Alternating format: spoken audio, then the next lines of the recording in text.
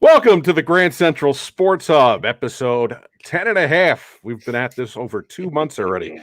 Seth Cantor from the Dungeon in Dumont and Jason, JZ, down in the heart of reopened Texas. How you doing down there, Jay?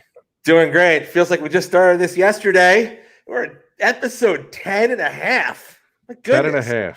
Where does the time go? My heavens. So when we started this, it was probably about 30 degrees outside right behind me. And I had my space heater. Now I don't need that. It's been about 75 with humidity over the course of the last several days. And now I got to figure out how to keep myself cool. I guess a fan would be the best way to go, a stand-up fan. But now I have the opposite problem. I sweat when it's 35 degrees out, so you can only imagine what's happening right now. Keep yourself cool. It's mid-90s here every day now. Thunderstorms every night in the spring in Texas. Yeah. It is now going to be that the 90s world here until October easily, just about every day.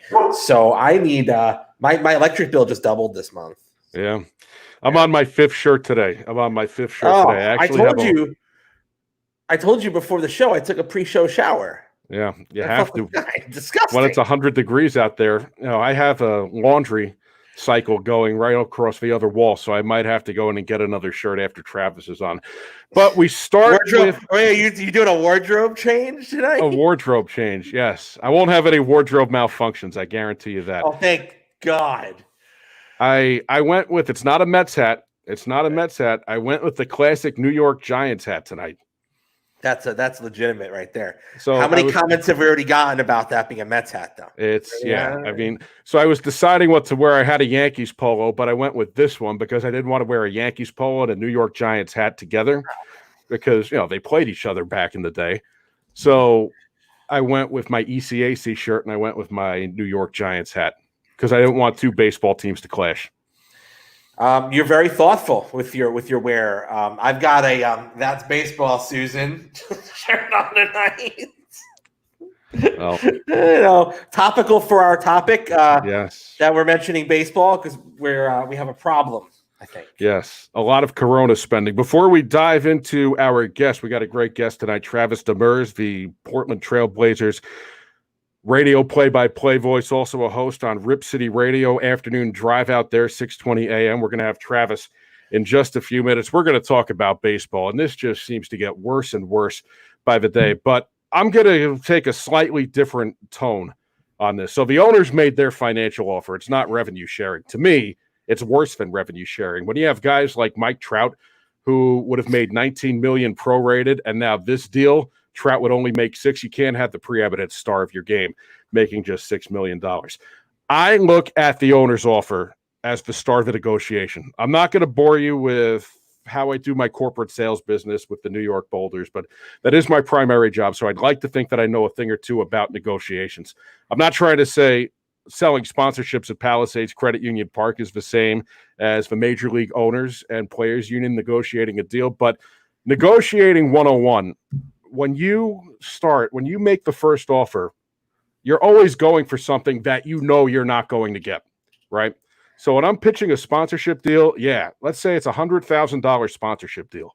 I go for 120, 125. Do I know that I'm going to get 120, 125? Probably not.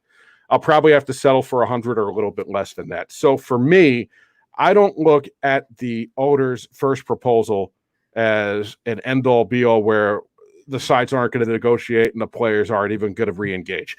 I see this as the beginning of a negotiation. But I will say this, Jason, I'm interested to hear your point. The owner's proposal is absolutely a joke. I mean, it's absolutely embarrassing. You can't have guys like Mike Trout making $6 million versus 19 versus 30 plus million. The players here are assuming all the risks. So I'm interested in hearing your point of view on this. Yeah. So I think, and to your point, Aaron Judge would make like $2 million this year, which is absurd, right? Here's the thing, and Max Scherzer last night tweeted out his feelings on this, and pretty much we know what the players make, right? It's very public. All the contracts are public. So the owners always, in the court of public opinion, the players seem like they are the kings, right? They make tens of millions, 30 million, 10 million, 15 million, 12-year contracts, right? The thing is, the owners' finances are never disclosed. They need to open the books. Okay, Max Scherzer alluded to this last night. The owners need to open the books. This needs to be fair in the court of public opinion. I think the court of public opinion matters right now, more so than ever, Seth, in this nature of what we're going through right now. The owners negotiating in what I feel is aggressively bad faith with that offer. It's not even close. I think we need to open the books. I think we should know what the Pittsburgh Pirates bring in, because the Milwaukee Brewers and these organizations that don't put money into their teams, we need to know what they make. I think it's only right that it's out there. Yeah, listen, I think it's an embarrassing offer. I think it's a starting point. I do think when it's all said and done that the sides will come together, but you got to keep the media out of this now. You're running short on time, right? So they have June 1st as their deadline. You want to get these guys into camp. At some point, you're going to have to start a season in July. You can't start a Major League Baseball season in August. And the more time they take now fighting through the media, the more they're hurting themselves, and the more you push it into mid-late July, and there's going to come a point where you're going to run out of time. Now, I've seen this at the minor league level, and I want to be very careful because I don't want to bite the hand that feeds me. I haven't really seen it with the team that I work for. That's my full-time job. But I've seen the ownership perspective of players in minor league baseball. And by the way, quick sidebar, I feel for the 1,000 or so players that were let go today from their jobs. They lost their jobs because of the pandemic and then the contraction that's coming. I certainly feel for them. You know what? No, you know what? I feel for them horribly. I actually think the pandemic is used as an excuse here. Oh, I agree. Before this started, minor league baseball is on the chopping block. Now with this, it was like, oh, we could just say it's COVID and these guys are gone. I'm telling you, this was already going to happen, which makes it even worse. I don't know if this extends to the front offices, but with the contraction that's probably going to happen, it probably will. You feel bad for those people, and Major League Baseball, minor league baseball, cutting out guys who make $400 a week as if they're the problem when it comes to their revenue. I will say this, owners, at least at that level, and I've seen it radiate up to the big league level, they tend to look at the players as expendable, and they're lucky to have a job. That's different at the major league level in my mind. But the owners here, they need to be very, very careful because the long-term health of the game is in their hands right now. There's a very acrimonious labor situation that's going to come down the pike after next year. Okay. I mean, I wouldn't say it's all but assured that there's going to be a work stoppage, but we talked to Seth Everett a couple of weeks ago. There could be a work stoppage after 2021. And if they don't play this year, this could be a very, very dark hour for baseball. I just want to see them, and I know it's tough with social media, I want to see them get out of the press, lock themselves in a room, and get a deal done. Because June 1st is next week, and then you got to get guys into camp. You need a 2-week spring training, and that July 1st start date, July 4th start date, it's going to get more and more tense as we go on here over the next few days. Just my thoughts. So what do you think, Seth? Right now, you had to bet. I've gun your head. You know, are we doing this year? Are they getting a season in? Yeah, I think so, because I think they're going to understand. I think they're going to understand that by not playing, you're doing more damage to the long-term health of the game. The players are digging in. Tony Clark is trying to send a message. I believe this is his first major negotiation. So baseball union being the strongest union in sports in my mind, Tony Clark leading the way for the first time. He's trying to send a message. He doesn't want to give too much right now. If he gives too much right now, that's going to set a bad precedent for the next negotiation. I do think, though, there will be baseball because, as I told you, it looks very disingenuous when you have millionaires fighting billionaires, and I'm leaning towards the players right now. But when there are people that are going to food pantries every week and people in New York are still waiting 3 months, I see it on these Facebook groups all the time.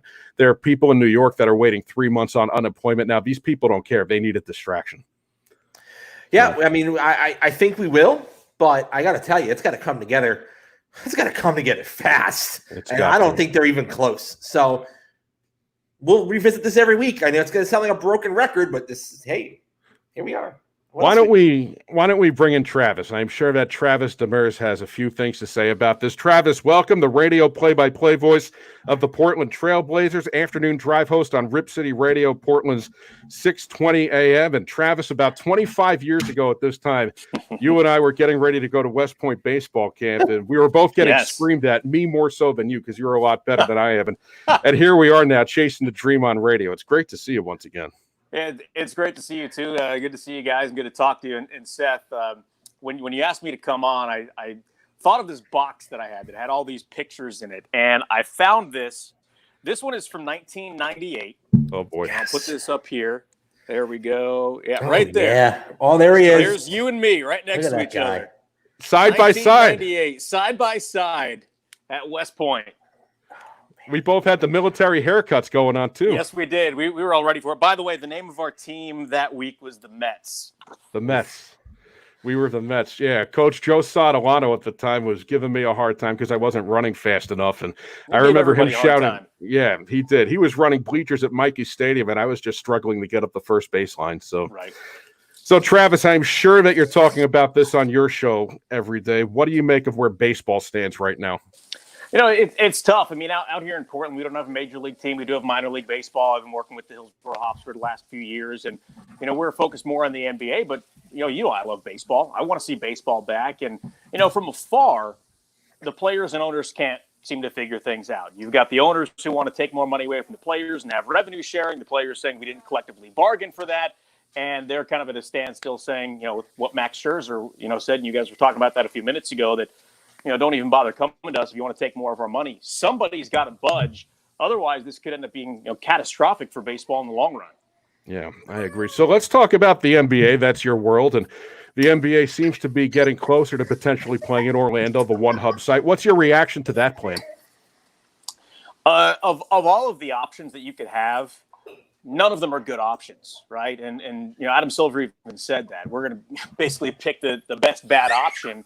And of those options, it really is the best option, because even if you're talking about teams playing at home and traveling, but with no fans, you're still traveling, you're still staying in hotels. To have everybody at one site and kind of be in one centralized hub, it just makes more sense, because then everybody is in the same environment. They have the same germs. They're dealing with the same people. And it's just a lot easier to get stuff done. You can play 5-6 games at one site in a day and kind of speed that process along a little bit. You know, Damian Lillard had some comments the other day about not playing if Portland really didn't have a true shot at the playoffs. I'm sure it's a topic you've addressed on your radio show. Yes. What was your reaction to what he said? I wasn't surprised, honestly. I don't know if you saw what Dan Orlovsky tweeted back at him, calling him entitled. I think he called him a brat. But if you're talking about, you know, 66 games into a season and you're 3.5 games out of a playoff spot, and the team that you're chasing, you didn't play at home once this year. You feel like, yeah, if we're going to play that team twice at home, we're going to beat that team. We're going to be a game and a half out, basically with 14 left to play. We're going to make that up. So what he's saying is, we're not going to. I don't want to put in a month of training camp to go play 4 games that mean absolutely nothing, risk my health, and just and play games that don't matter. So I don't really have a problem with that. The Warriors have basically said that they're not going to send their good players. It's going to be basically a G League team that goes, and no offense to the guys that end up going. And nobody has an issue with that, because they're already eliminated from the playoffs. If the Blazers have 4 games to play to get to 70 and they're 3.5 games out, they're not making the playoffs, so they're essentially eliminated anyway. So I didn't really have an issue with what Damian Lillard said. Travis, you know how you solve this problem is that you adopt what the NHL decided to do. You go with the 2014, you know, with you take teams that are close, that are still in it, you let them technically make the playoffs. You cancel the rest of the regular season. The teams that are out, the bottom 6 of the league, they're done. Their season's over. And you eliminate all this problem. And very rarely is the NHL model league, maybe never. The NBA has been the model, by the way, from when this first started. Adam Silver's leadership has been the model. But the NHL put a great format out. Do you think the NBA might look into something like this? I love the format, honestly, because, I mean, you're talking about the top 12 teams in the West and the East. And with that, Zion would be in the playoffs, and the NBA would love that. Obviously, the Blazers and Damian Lillard would be in, so we would love that here in Portland. And you'd get some interesting matchups. The Knicks would even be in the playoffs in that scenario. They would. Wait, I'm looking at the standings. They would. They are in 12th. They would be in the playoffs. And I forget who they play. I think they might play like Philly or something like that. But yes, the Knicks would be in. But here's the problem. That's going to feel pretty bad. That's a team that's 21-45. The NBA is a little different than the NHL in that aspect. Yeah, where your 12th ranked team is it's like 15 games. It's 20 games under 500. It's not good. Yeah. I don't know if they're going to do that. We've heard these ideas of where you'd have like different pods of 5 teams based on record. So you'd have a pod that would have, you know, the Blazers and Celtics and Clippers. I think Mavericks and Thunder would be another pod. So you'd have 4 teams of 5. and you'd play it like a World Cup style, and 2 teams would come out of that, and that would be, the quarterfinals. And I think that would be interesting. I think the NBA has a real opportunity here to do something different and just explore and have some fun, because there's no other time in sports that you're ever going to be able to have the flexibility to be creative. So I can see them doing something like that for sure. Travis, what was the Portland reaction, your reaction to The Last Dance from a Blazers and Clyde Drexler perspective? Because they did touch on it early. Yeah, they did. I think it brought up some tough memories for people, because people think back here to, 1990 and losing to Detroit in a game where they lost that series in 5 games. They won game 2 in overtime. They had a shot at the end of game 3 or game 4. It would have tied the series at 2. That would have sent the game into overtime, but it was waved off for being late. And they lose that series in 5 games. And then they lose in the conference finals to the Lakers the next year. And people here wonder if that team in 91, which some thought was the best of that era, makes the finals. Do they beat Jordan in his first year in the finals? And they come back the next year, and you've got the shoulder shrug game and all of that. And what MJ said about Clyde, I don't think anybody was offended, but I think they were just kind of reopening old wounds. Because when I first got here in 2003, people talked about the old days of Clyde Drexler and Terry Porter and Jerome Kersey and Kevin Duckworth and Buck Williams and all this team. And that was the glory days, obviously, aside from the 77 championship. And it just kind of ripped off an old Band-Aid that fans were kind of holding on to for the last 30 years. We're joined by Travis Demers, the voice of the Portland Trail Blazers, also an afternoon drive host on Rip City Radio, Portland 620 AM. I've never been to Portland, but when I travel to cities, I'm always interested in knowing what their fan bases are like. Now, what's the DNA of the Portland sports fan? It's an unusual fan base, right? So, Seth, what it was like growing up listening to the stations in New York, FAN and ABC and WINS and all the stations in New York, and you hear Boston sports radio and Philadelphia sports radio, and it's intense. There's a lot of yelling, right? That's not how it is in Portland. If you handle things on the air that way in Portland, nobody's going to listen to you. Nobody wants angry sports talk host in Portland. People, don't want the hardcore X's and O's unless you're doing post game or something like that. We get into that. We get into a lot of the Blazers are a year-round topic. College football is huge.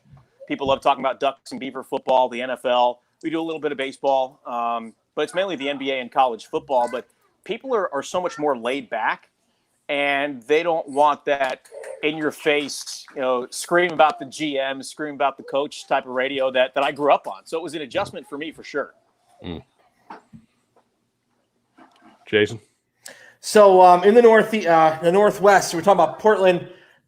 So Seth tells me I could ask you about Seattle hockey a little bit. Is there, what I'm curious about? Because I'm really excited about the expansion team up there. And it sounds like the ticket sales, everything's going great.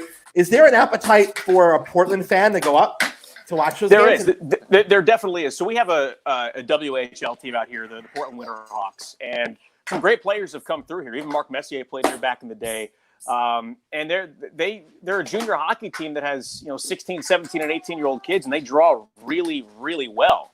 And the Moda Center was built in '95 with the idea that hockey could be played there. So some arenas aren't built that way, like Indiana isn't built that way. But in Portland, the Moda Center is built for hockey, so it can turn into a hockey arena really quickly. They even use it sometimes for the Winterhawk games. But there are a lot of fans here who are really interested in the Seattle team because it's another professional sports team in the Northwest. Personally, I want to go up and see the Rangers once a year. I'm looking forward to that. I want to go to one.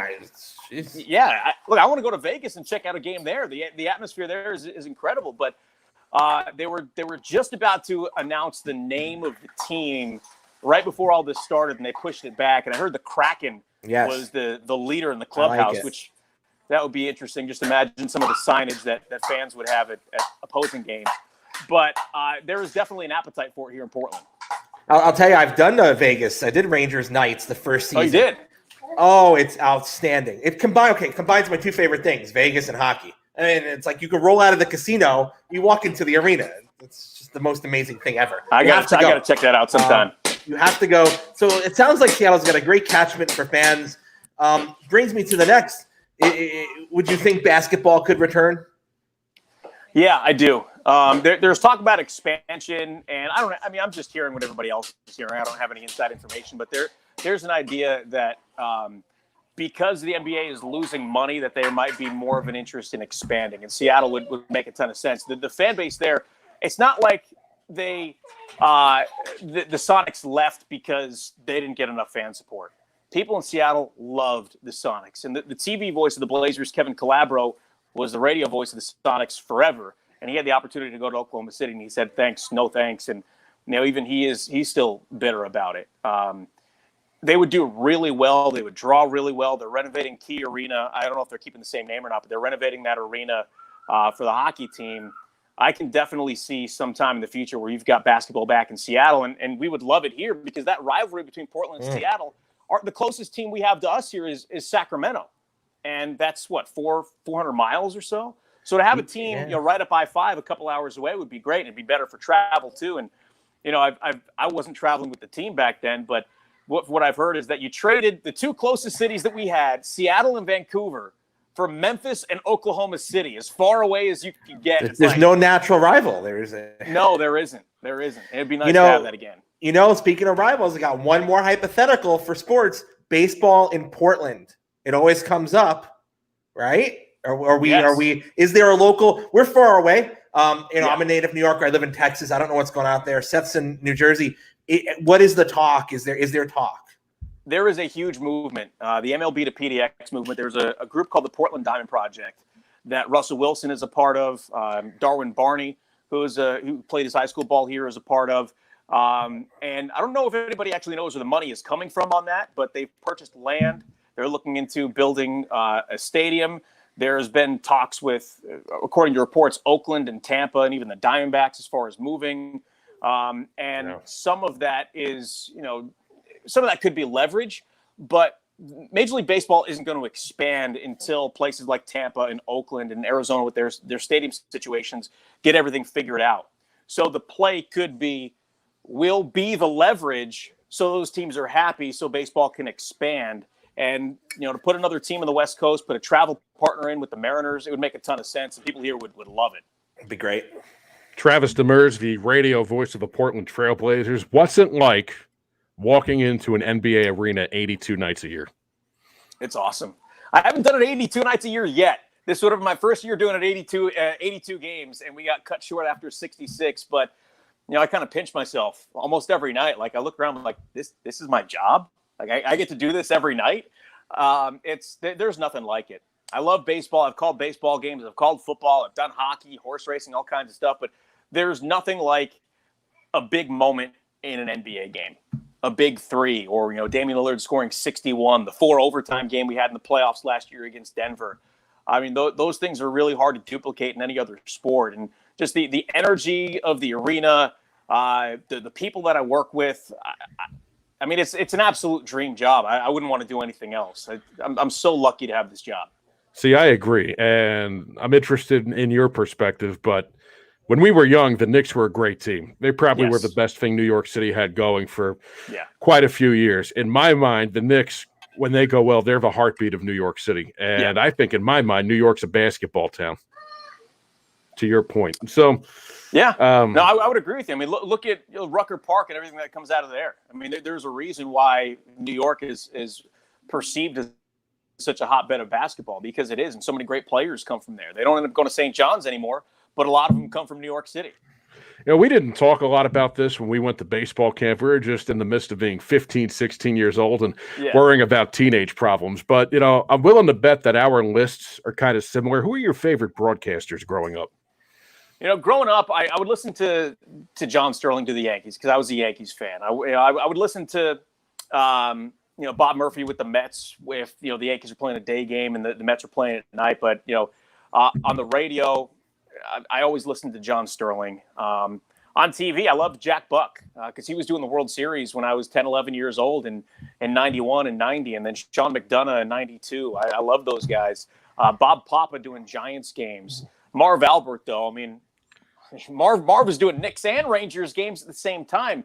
And I remember when he would step out and he would go do something else, and you get Mike Breen calling the Knicks. And Mike Breen, who's this guy? I want Marv. Give me Marv. And, now, I mean, I love Mike Breen. He's fantastic. But Marv was probably in terms of basketball. I mean, he was the voice of the NBA for so many years. How did you get your first break? Well, my first break. So I was interning at ABC Sports Radio, and I was doing the ABC Sports Call. I was putting that together, and I didn't want to be a producer, so I took my first on-air job, which was in Astoria, Oregon. And if you're not familiar with Astoria, Oregon, the movies The Goonies and Kindergarten Cop take place in Astoria, Oregon.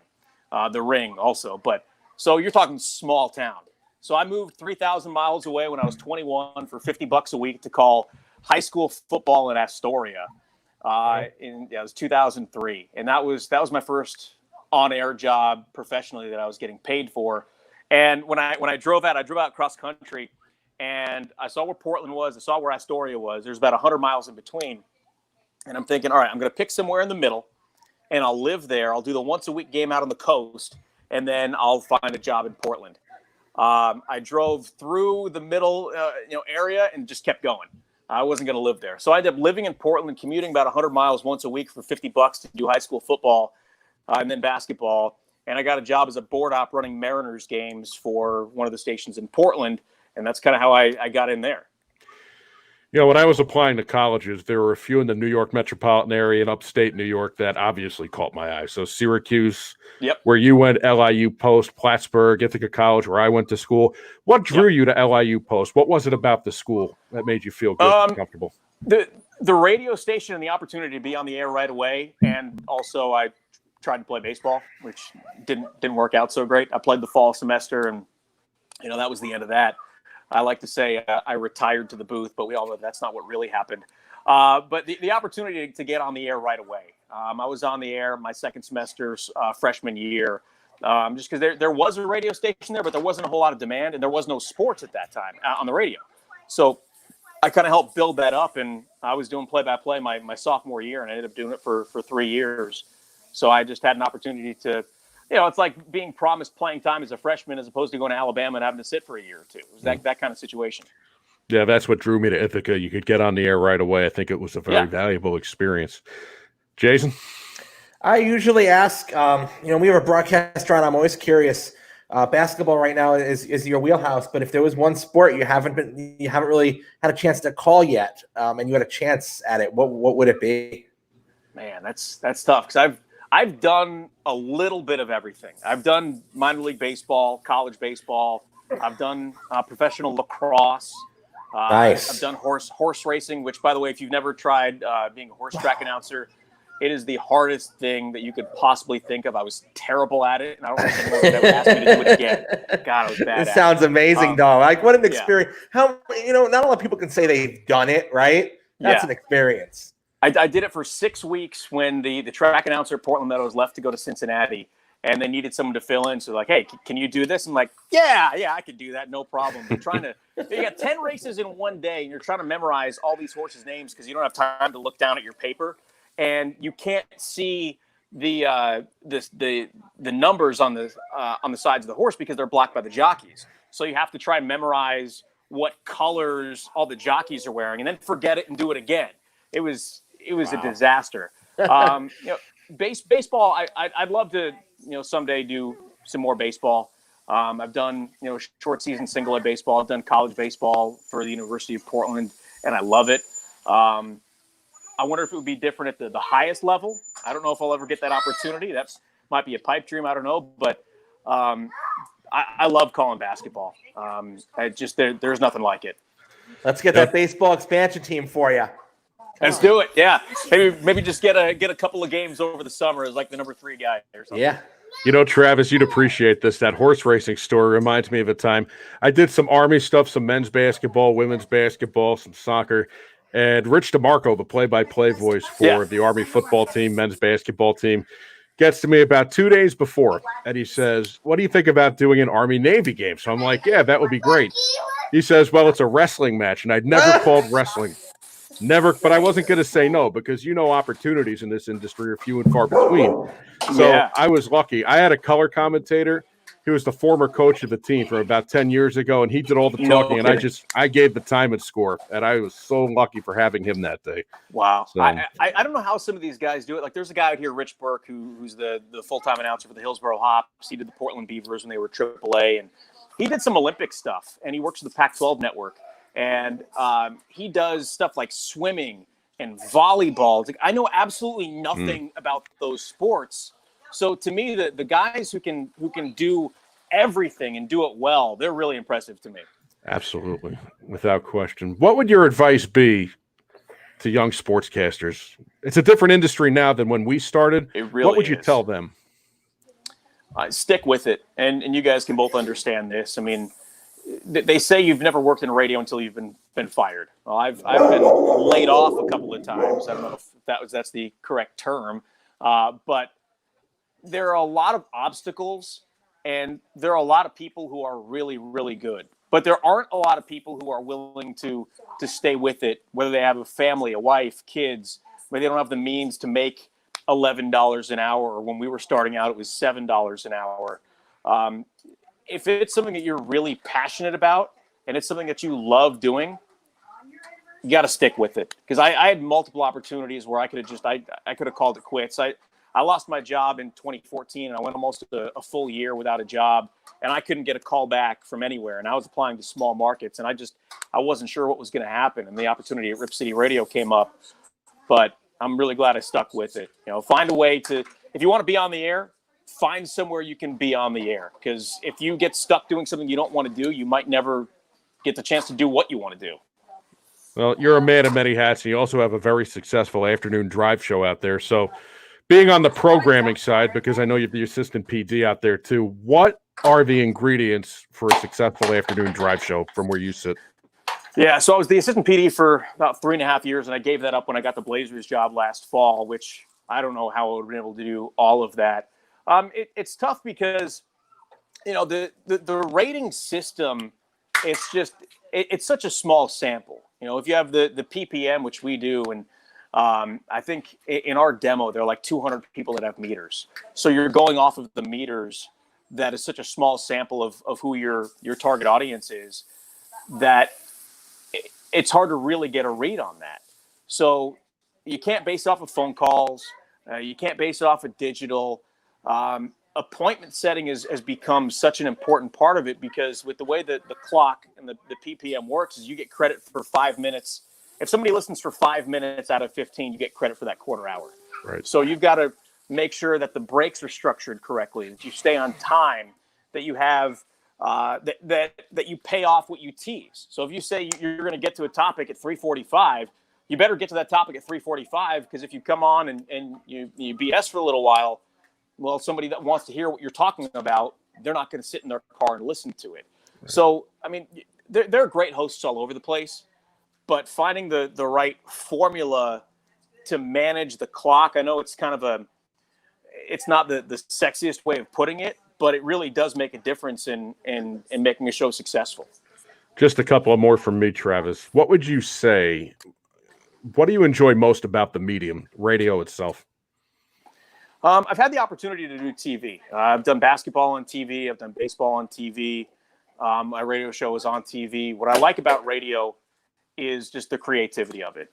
When I listen to a lot of these old games that you have on MLB Network and NBA TV right now, listening to some of the calls like from Vin Scully on TV, he knows when to lay out. Like, I was watching the Game 6 of the '86 World Series the other night, and he has his famous call, of the ball going through Bill Buckner's legs. Here comes Knight, and the Mets win it. But then he doesn't say anything for a while, and he just lays out. You can't really do that on radio. You can at times in a big moment, but you're the one who's painting the picture. And you guys will obviously remember '94 Rangers Devils Game 7 double overtime. My parents made me turn the TV off at the end of the first overtime because it was getting late. I was 12 years old. And I'm sitting there watching the radio in my bedroom, listening to Howie Rose. And I'm watching the radio like it's 1937. And he has the great call of Stephane Matteau's goal. And I'm sure we can all recite it word for word. But that call, I felt like I was there sitting next to him. I couldn't see what was going on. I had to watch the replay of it the next day.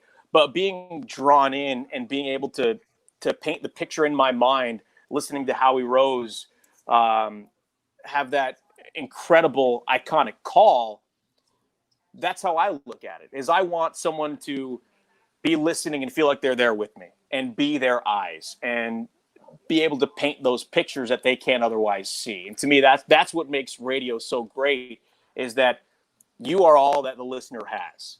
They can't see anything. They're relying on your words, on your tone to be able to tell them the picture and paint the story. And that's what I love about it. Last one from me. You know, I have it easy because I do my Sirius and WFAN reports out of New York. I don't travel the way you travel, and you have a child now, 2-year-old Lincoln. I have 2.5-year-old Ella. Yeah, he's sitting right here. And, you know, we probably have a future television or radio broadcaster in the making over there. I'm trying to steer Ella towards TV, but no, we'll see. Poor girl looks like me right now. But how do you balance it all? Because I know I have my challenges as a father now to a 2-year-old. Yeah. How do you balance it all and make the schedule work? It's hard. We got another one coming. My wife's 8 months pregnant right now, so her due date is July 3rd. Congratulations. So, thank you very much. We're having another boy. We're very excited. But during the season, I'm really fortunate to have a supportive wife. You know, if we go on a 10-day road trip on the East Coast and we're gone, she handles everything, and she never complains. She's never once made me feel guilty about not being home. She knows I have a dream job. She knows that what I'm doing is great for our family. We FaceTime every day. Sometimes, you know, depending on where we are, if I can FaceTime before bedtime, we'll do that. Sometimes I have to FaceTime from the arena. I've done it at halftime before. Just trying to be there as much as I can. And then when I'm home, just put the phone away. You know, when I'm here, be here to make sure that, you know, my son knows that he's a priority and my wife knows that she's a priority. Because when you're gone as much as we are, and it's tough too, because like you'll come back from, you know, a 4-day road trip, and then the next night you're playing the second night of a back-to-back at home. So even though you're home that first day, you're not really home. It's still a work day. So it's just when I'm home, making the most of that opportunity.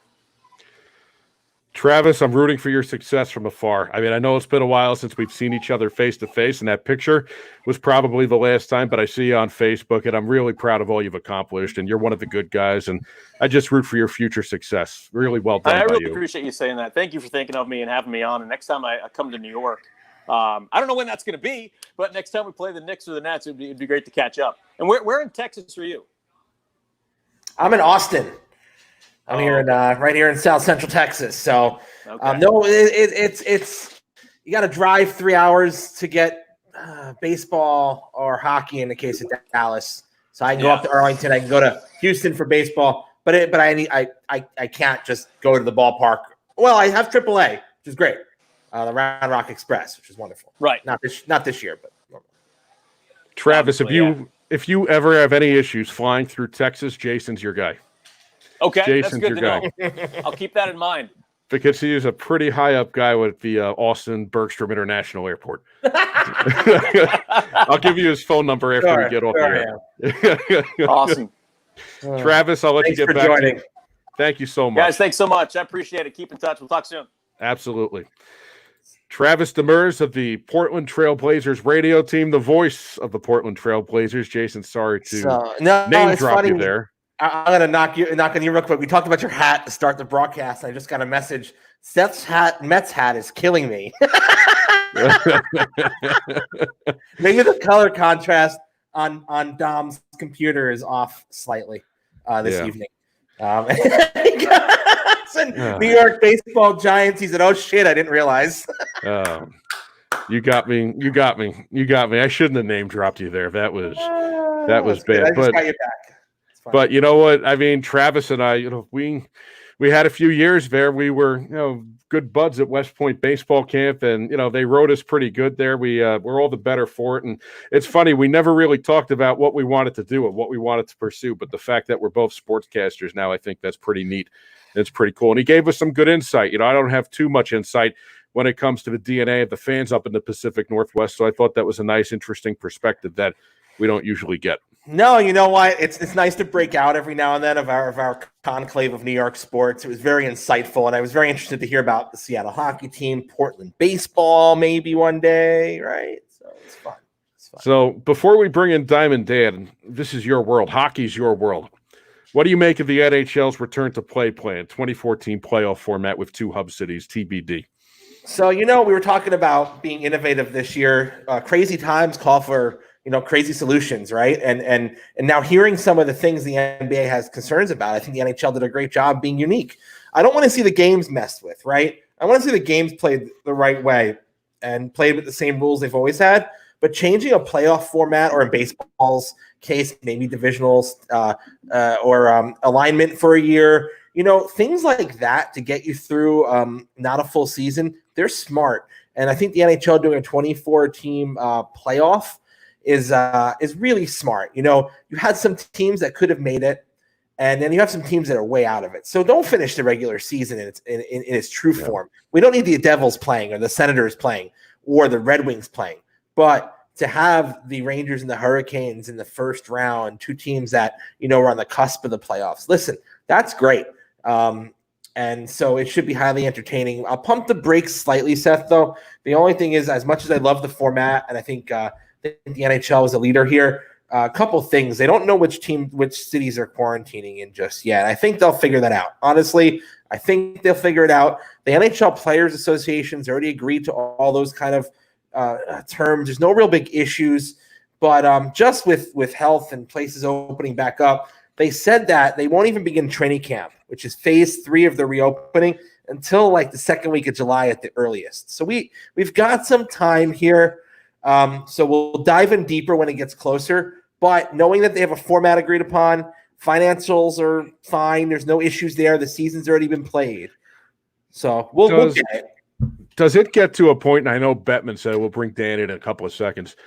Does it get to a point where it's too late, though, with Bettman wanting to have an 82-game season next year? Like, are you really going to be in a situation here where hockey starts in August when you have the NFL getting going, let's say, on schedule in September? In your mind, is there a point where you say it's too late? For the purpose of next season, probably not. For continuity of this season and having too long of a layoff, maybe. But they're talking about, and the NBA too, is actually changing the calendars of the league next year, where they won't start next season till late December or January. And that'll be the new start of next season, because they want to wait to see if they can have fans. They do not want to play next season without fans and more lost revenue.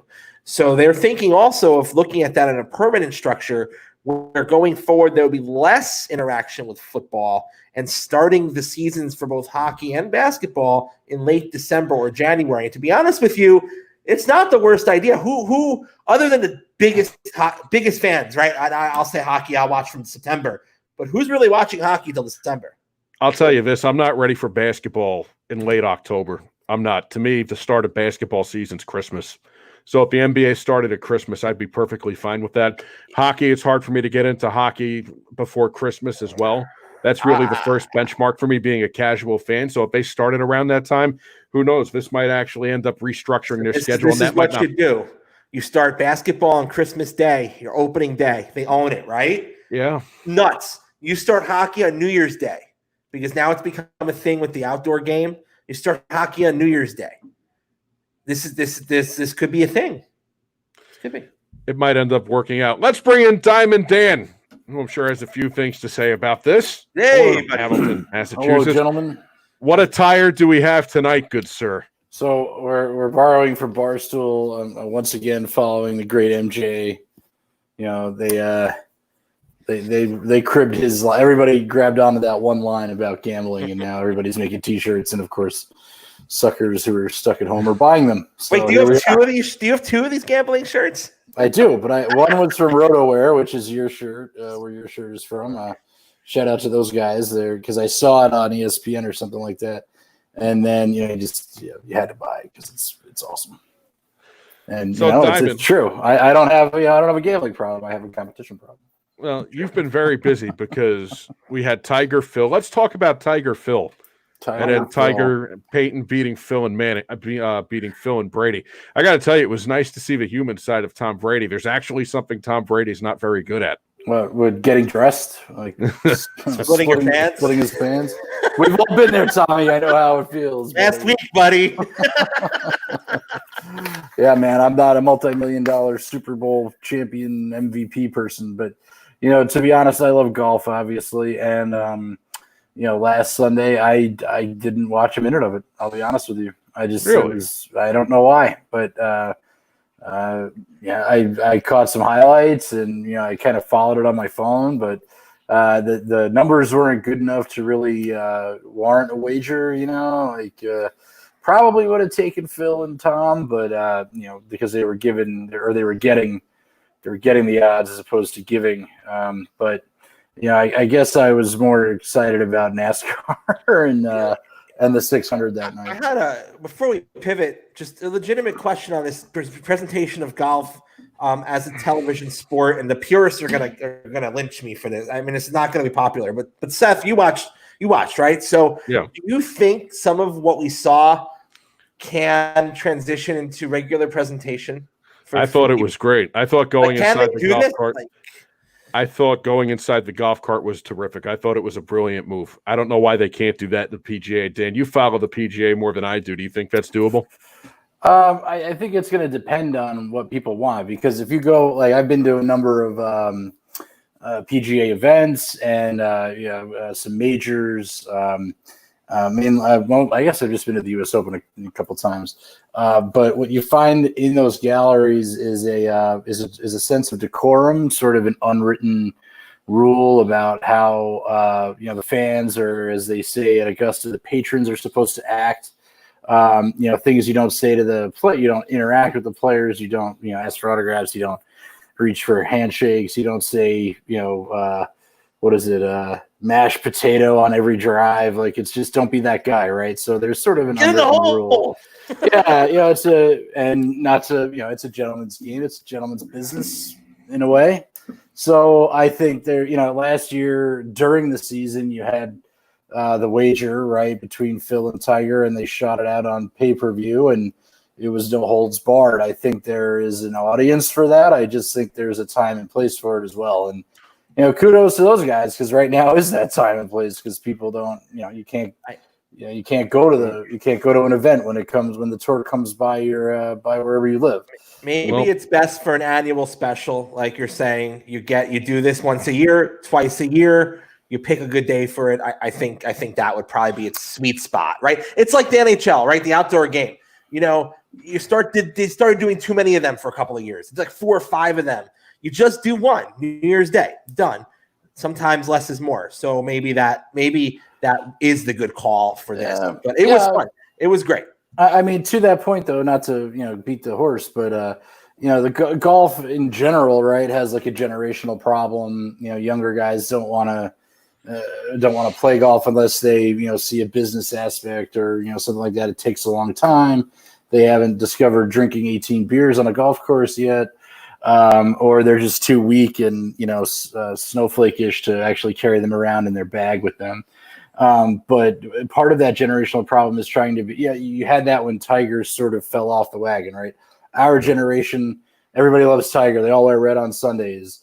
That's what Tiger Woods was golf in the same way MJ was basketball and Jeter was baseball. Whatever you want to. He transcended the game in a way. And it's an individual sport. It's not a team sport. So that was, doubling down on that. And now you've got like Ricky Fowler, Rory McIlroy, Justin Thomas. People you don't follow them in the same way you follow Tiger because they were dominant. You follow it because they live awesome lives. Like there's a line in the movie. What is it? Up in the Air, right? He goes, why do kids worship sports figures? It's like, I don't know, because they get to go out with supermodels, and it's like, no, that's why we worship them. So appealing to the younger generation, you're appealing to a lifestyle.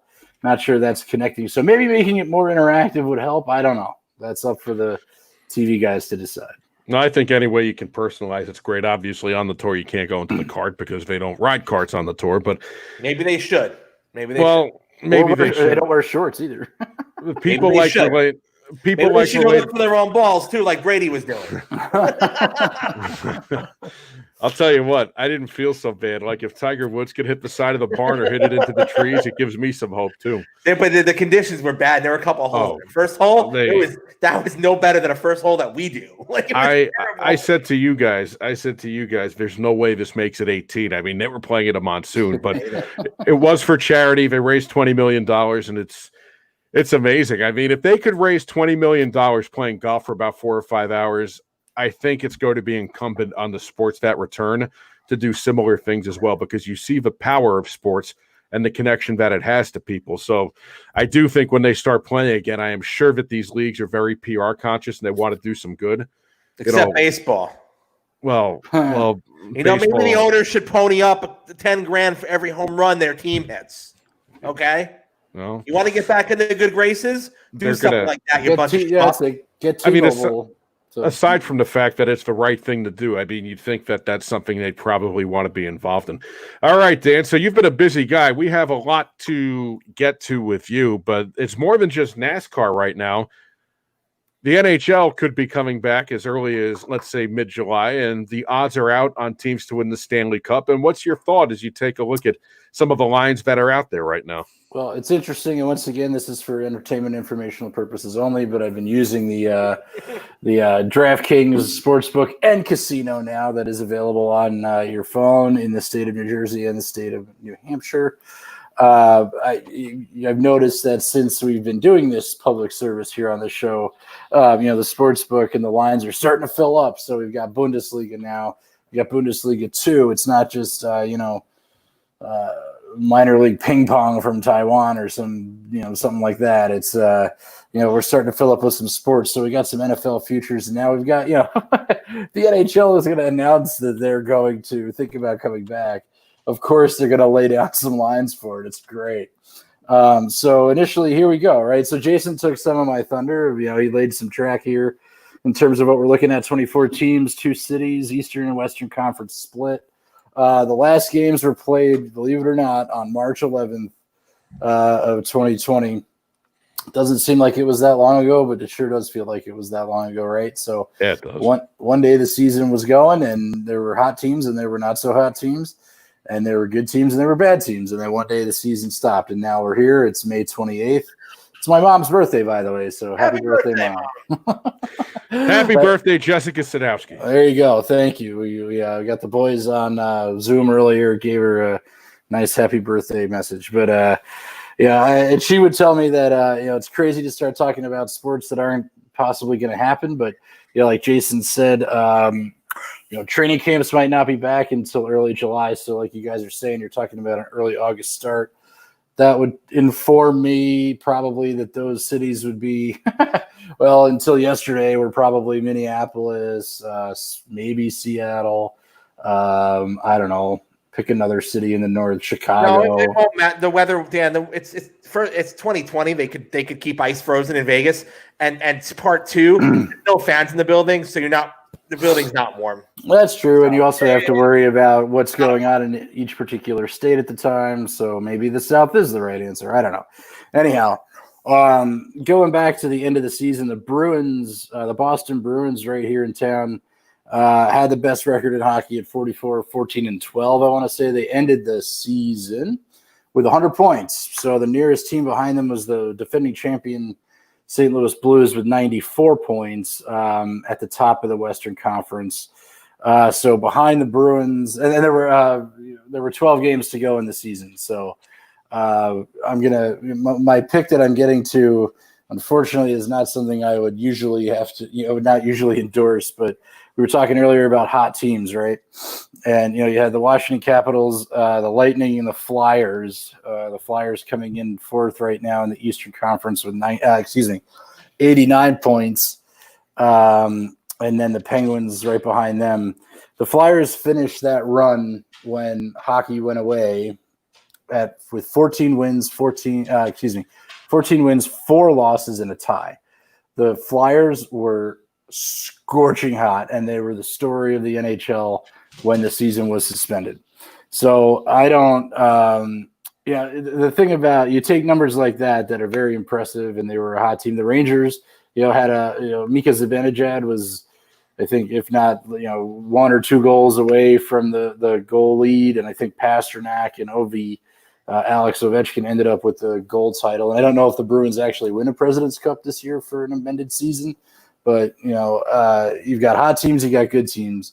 What is that going to translate to in 2 months now that we've been sitting around for 2 months and aren't even talking about training camp for another month? So here we go into what the commissioner has announced is best of 5 qualification series, and the top 4 teams in both conferences play a round robin more or less for positioning and seeding. Is that correct, Jason? That's correct, Dan. Right. So you've got there's a steep drop off behind the 4 teams. So you've got the Bruins, Lightning, Caps, and Flyers in the East, and the Blues, Avalanche, the Vegas Golden Knights, and the Dallas Stars in the West. And then after that, it drops off pretty significantly. So the best of 5s are going to be the teams that followed up behind them. So like take the New York Rangers, for instance. If the season had ended and they did a traditional playoff, they wouldn't have made the playoffs. But yet here we are, and they're going to make the playoffs. And like Jason said, they're going to play Carolina, a team that is right in the middle. If the playoffs were to be announced today. So once that round robin is over, you'd have a better idea. I think anything could happen, and the numbers sort of reflect that that Vegas has put out, at least in the early going here. The Bruins are giving $650 to win the Cup this year, and they're tied with Tampa Bay. So those are your 2 leaders in the clubhouse right now in terms of odds for winning the Stanley Cup. My picks this year, like I said, I've got my heart pick, a homer pick, of course, with the New York Rangers because they're getting 4,000 points, 4,000 to win the Stanley Cup, and they're only getting 1,700 only to win the East. So I mean those are some value odds right there. There was an article I believe last week in The Athletic that stated nobody wanted to play or maybe it was the New York Post. Nobody wants to play the Rangers in a scenario like this. I mean, there's really no way of prognosticating that unless you're Barry Melrose or something like that, or Jason Zabransky.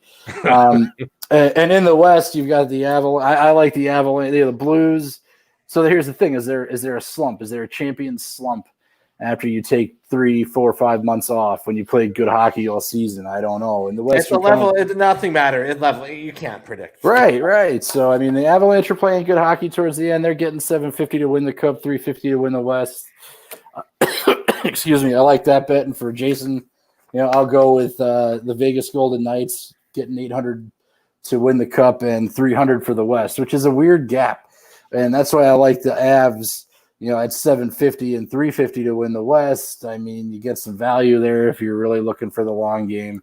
But unfortunately, while you've got Boston at, plus 300 to win the East, my pick for the Eastern Conference is going to be the Philadelphia Flyers with a very value pick at plus 500 to win the conference. Lock it in right now, and plus 1,000 to win the Cup.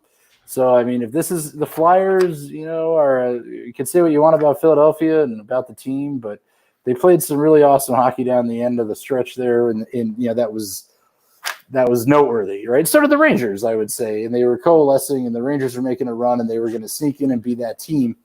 But here we are. And now if you're coming in, and luckily the teams get to play with house money, but you don't, right? So that's why I'm trying to help you out here. And maybe the Rangers can make a move. So take that 4,000 and take it to the bank.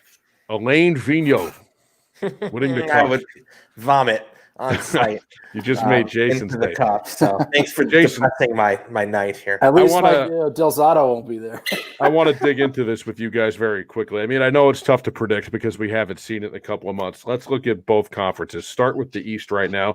Let's just take the lower 4 seeds. You got the Blue Jackets 9th, Panthers 10th, Rangers. And then the Canadiens. Out of those four teams, which one do you think could be the biggest threat to go deep? I'm going with the Rangers. I mean, they played the best hockey down. They beat all those teams down the I'm going to call it the stretch, right? Because it is what it is, right? In terms of getting up to March 9th. March 11th. But, I think they beat Montreal. They beat Florida in their own barn. Who was the other one you mentioned? Sorry. We got the Blue Jackets, Panthers, Blue Rangers, Jackets. and Montreal. So the Rangers have the most talent out of those 4 teams. The Blue Jackets will be tough. They are not bad, and John Tortorella teams play in the playoffs. They always come to play in the playoffs. Yeah, and ironically, I think the Rangers played those teams, all 3 of those teams, like within the last 2 weeks of the season. You know what's interesting about the Rangers? They have of these teams, second. So if the teams vying for the wild card there, they would have had the second most regulation wins. I mean, they're good. They had a bad first 2 months, the Rangers. Well, they had 2 games at hand, right? Yeah. They had at the end of the season over on Carolina. That was it. So now they're going to play Carolina, and I think I don't know. I would assume the higher. Well, we're not. We're talking about a neutral site with no fans, right? Yeah. So and then the other thing they said was if the neutral site, like if they pick Vegas to be the neutral one of the neutral sites, the Vegas team will not play on that neutral site. They'll play in the other neutral site. Is what they're talking, even though there's no fans. I don't know. They just figured that it's still not fair. I mean, it's creature comforts of home, right? But just to cut to Seth's point, I agree on the Rangers they have the most talent of those 4 teams, and they were playing the best hockey of those 4 teams. So that it has to be my pick on the East. Go ahead, Seth.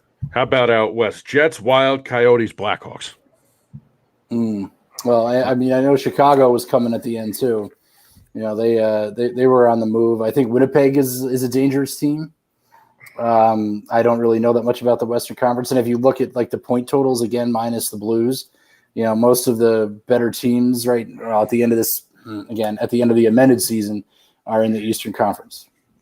The Jets are the best by far of those 4 teams. I'd be kind of surprised if anyone else. The disparity of the West is a lot. The drop off once you get outside of like Winnipeg, Nashville, you know, maybe Vancouver, it really drops off the cliff on the West.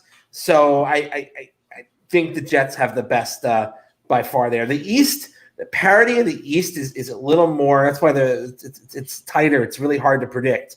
But out West, I'm kind of saying Jets. Well, I mean, if you look at the Metropolitan Division and the Atlantic Division, I mean, all those teams are contenders, like for the most part, except for maybe the bottom 2 of each of those divisions. It's very tough division. Very, very, very. Yeah. So, I mean, I'm not saying it's not an East Coast bias or anything. It's just the truth. I mean, hockey is an East Coast sport. I don't know. You know, and that's where this season started shaping up. I mean, the Caps were in the driver's seat for most of December and January, and then on came the Flyers, and the Rangers were, you know, poking people around, and you know, other teams that dropped off, and the Bruins were just dominant. You know, they played well here, they played well at home, and they were a cohesive unit, and that's what I think makes them so scary. And you know, coming 20 minutes away from winning the Cup last year, you know, is also hanging in the balance. All right, Dan. A couple of quick minutes on NASCAR. Well, there's speaking of NASCAR, we got Rain delay. NASCAR's biggest fan here once again with his Jimmy Johnson T-shirt. There you go, buddy. There he is. You don't party in the house. Yeah, there you go. So, we told Grandma that you'd get a shout out tonight, so there you go. All right, go to bed. Dan, there's always something going on in your house. There's always something going on. These kids, man, they stay up so late now that there's no rules anymore. Man, right. I would want to be your son. I mean, I'll tell you what, all the cool stuff those kids get. You get cool late T-shirts, bedtimes. late bedtimes. You're the cool parent. All right, You get movie night? So, hey, Andrew, good news. We're just being told that they're going green in like 10 minutes. So the race is going to resume. The race is going to start in 10 minutes. Give them a thumbs up. And over here. There you go. There you go. All right. Go to bed. No. Yeah, you got to go. No. I'm not letting you. All right. Well, we were talking NASCAR. So what are we? NASCAR. What were we talking about last weekend? We were close, you know, like we said, and I think this Chase Elliott, Kyle Busch thing is starting to take off. If you saw in the truck race, which is like the, you know, kind of the third tier of NASCAR, you know, there was a bounty race because Kyle Busch had been so dominant, which means that the winner would get an extra financial incentive to beat Kyle Busch. And guess who did it? Chase Elliott. And when he did Kyle's signature checkered flag bow at the finish line. So he's even in third tier truck series, he's stoking the flames of rivalry, even though they are, as Jason will tell you, best friends. I'll tell you what. I've watched the Cup Series. I've watched Xfinity. Out of everything that I've watched, watching those trucks lumber down the track at 180 miles an hour, I was into it. I mean, I've had the races on from end to end of my house every night they've been on. But that truck race, I was breaking it down. I was into it. I loved the rivalry between Chase Elliott and Kyle Busch. I was all about the trucks, man. We need a good rivalry in this sport right now. If that's the one, then it's great. I hope it continues. The trucks are the best quality racing you'll watch. Short race, good stuff, beating and banging. Those guys don't care. Bunch of young kids out there sometimes. You get some veterans mixed in. It's a good show. If you want to be the best show, is going to be the trucks, not tonight's cup race. It's not tonight's cup race. Unfortunately, is not going to be a good show. Well, I mean, the problem is to that point. I think all of this has gone extremely well for NASCAR. I think these have all been a win for them on the rating side, on the do-gooder side. Over the weekend, NASCAR for the Coke 600, which is NASCAR's longest race, on Memorial Day weekend in their hometown, America's home for racing, Charlotte, North Carolina. They do what they call ride-alongs for wounded warriors and service members who were unfortunately killed in action. They put the name right on the tape above the windshield, and they do. If it had been a different scenario, the families would have been there.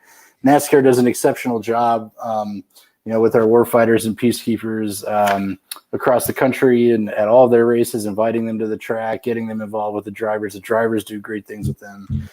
So this is all a win, right? And they have a captive audience right now, and they won't for much longer. And they're about to go green, so we'll go into the final stretch here. But I apologized to Seth multiple times on Sunday. I thought the race was not exciting. And he's like, oh, this is great. I'm watching it for 5 hours. I don't know if that's going to continue once Corona goes away.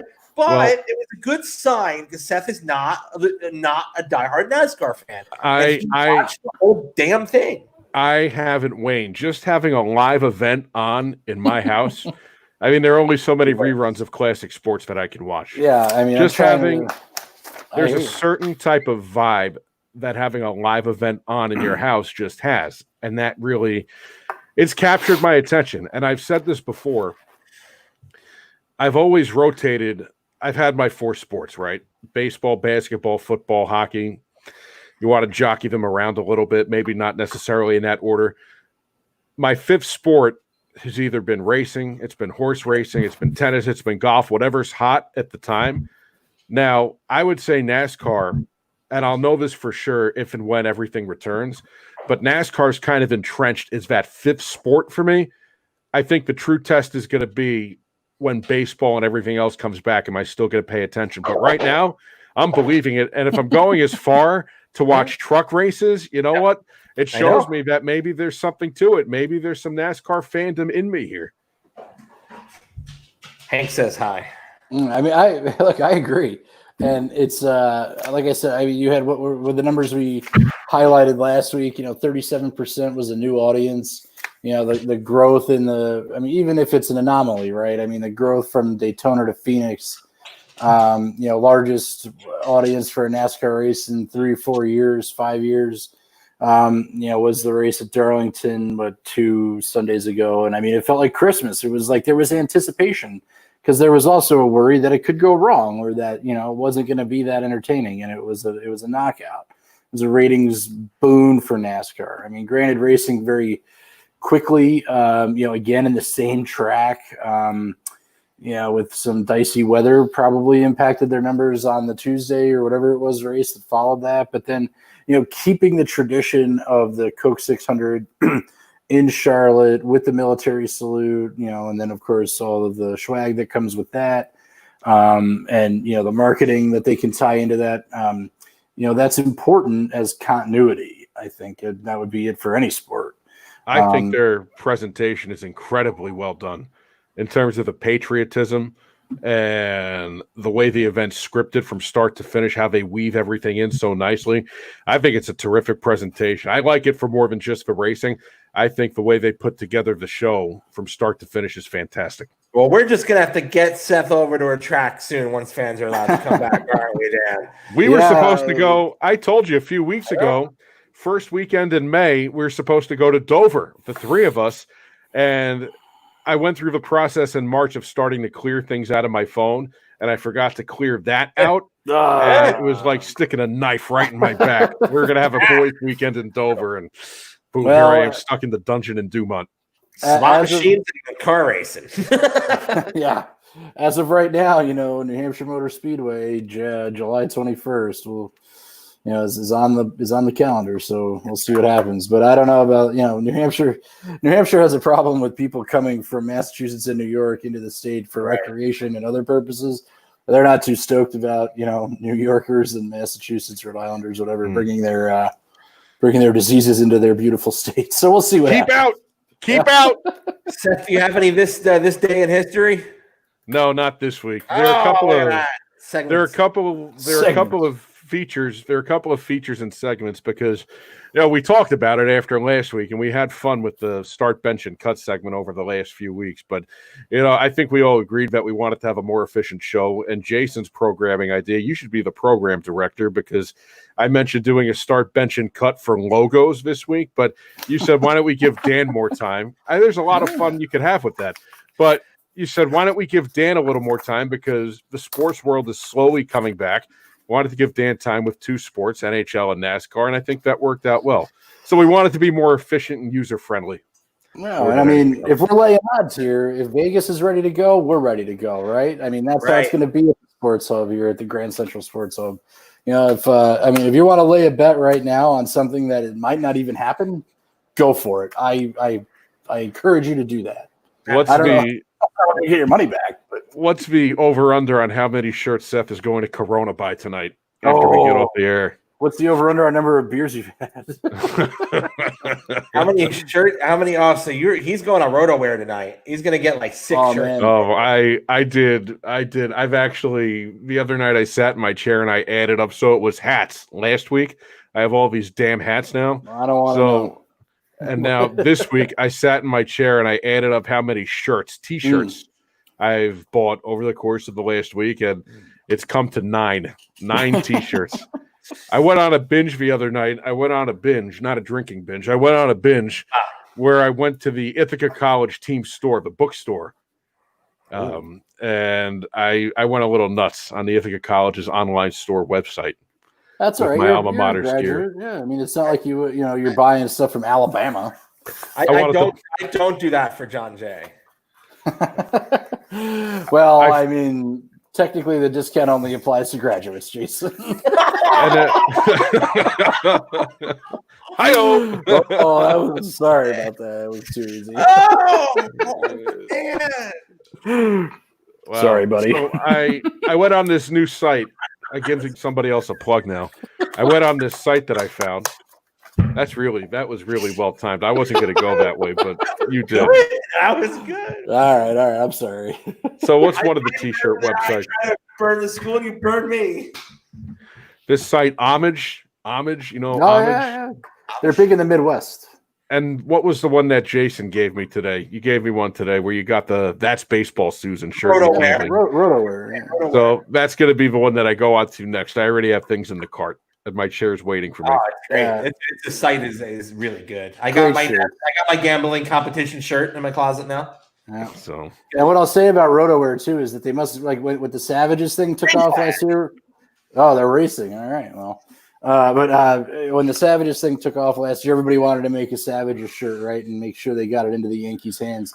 And the first group that was doing that, like between all those T-shirt makers, they must have just sent their printing facility must be like down the street from Yankee Stadium, because all those guys, they had T-shirts on like the next day that said Savages with the box on it, which of course I own, and now you will probably own shortly. Don't get the one with the swear on it; it's a bad look. And they market so well. Like they had the guy last week with the competition gambling shirt, with Scott Van Pelt on whatever's left of SportsCenter. They're out there where they're visible, and they're like, here you go. And then they drop it on Instagram, and then, it's just genius. And they have more Yankee stuff than like Homage is more, I think, geared towards like the Big Ten and Midwest and that kind of thing. Whereas RotoWare is more of an East Coast focus. So happy hunting. So next week we have a WFAN anchor who's going to join us. He's very well known in the market. Mike McCann will be joining us Thursday, All right. June 4th at 8 p.m. Eastern. June. Oh my goodness. It's going to be June. It still feels like March when we all went on pause here. It still feels like it's March or April. I don't feel like I've completely come out of the house yet. No, you're right. You're right. It's hotter outside the house now. We went from it was snowing 3 weeks ago, and now it's 90 degrees out. I kind of expected, we went into quarantine when was it, like March 15th or whatever? All the days are the same at this point. I feel like when we come out of this thing, I'm going to walk out of the house and it's going to be like March 16th, and this will be one long nightmare that comes to an end. St. Patrick's Day. 2020 is over, right? I mean, seriously, it's going to be like when you get out of prison or something. Not that I know what that's like. Speak for yourself. Actually, you might not be too far off. All right, guys. Always fun. Yeah, good show. JZ, Diamond Dan, see you next week. See you next week. Bye-bye. Be well. Good night.